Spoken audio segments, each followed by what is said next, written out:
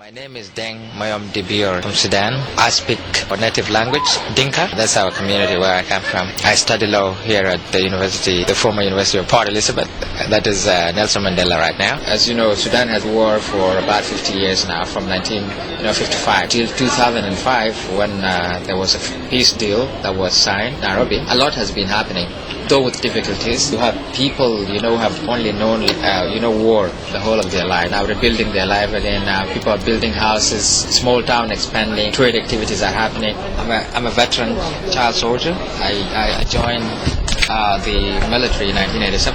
That is the Sudan People Liberation Movement. I got my training in Ethiopia, very young at the time. I was like 9, 10.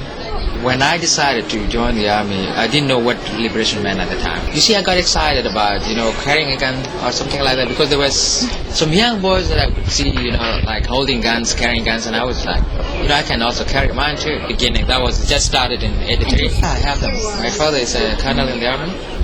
My mom is a pastor, in a church, in the Anglican Church of the Sudan. Firstly, my mom was frustrated because I used, without her consent, I used to sneak to try to join the recruits. They have an objective, and the objective is of liberation. It's not looting villages. It's not killing people the way it's put, like what has been happening in northern Uganda or something. Then they came up with martial law, whereby if you found you have stolen somebody's a civilian goat or a cow, or you take their wife or you take their girl without a consent, you would be court-martialed.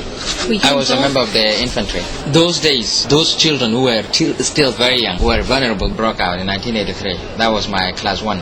And then there was war at the time. So I had to stay home without school 1984, 85, 86. 87, there was so much idleness, so I had to join to, find something to keep me busy. And I liked the army. I did like the army at the time.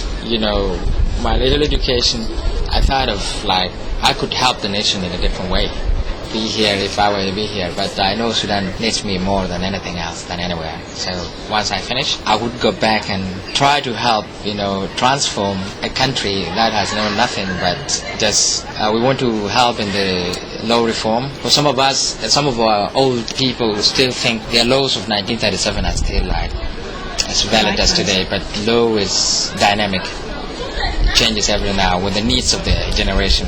So I want to be part of that. God grants me help, I would, love to be part of that. At the time you feel homesick because they call you, we are, hanging out here, or we're doing this, and you really think you want to go home now, but you came for a mission, and you must complete that mission.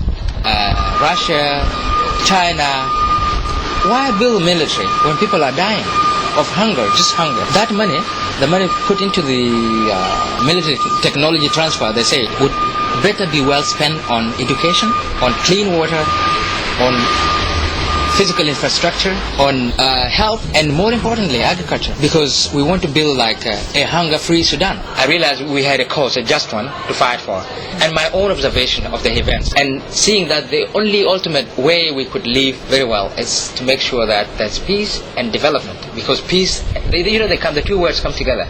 With development, if there's peace, you will expand, you will do business, you will have friends, you will have happiness, everything.